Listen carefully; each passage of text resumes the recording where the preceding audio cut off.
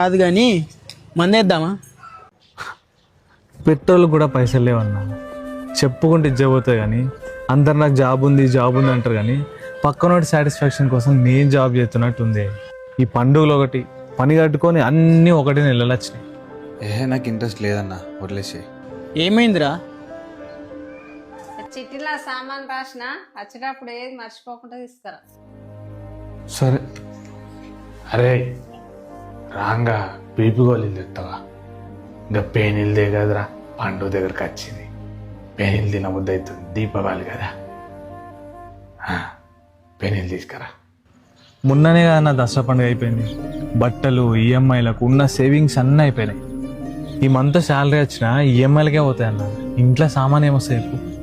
ఇంట్లో అడగలేదు. జాబ్ చేస్తున్నాం చేతిలో పైసలు ఉండలేవు అంటే వాళ్ళు కూడా బాధపడతారు. రాను రాను ఈ పండుగలు కూడా పైసలున్న వాళ్ళకే అయ్యేటట్టుందన్న.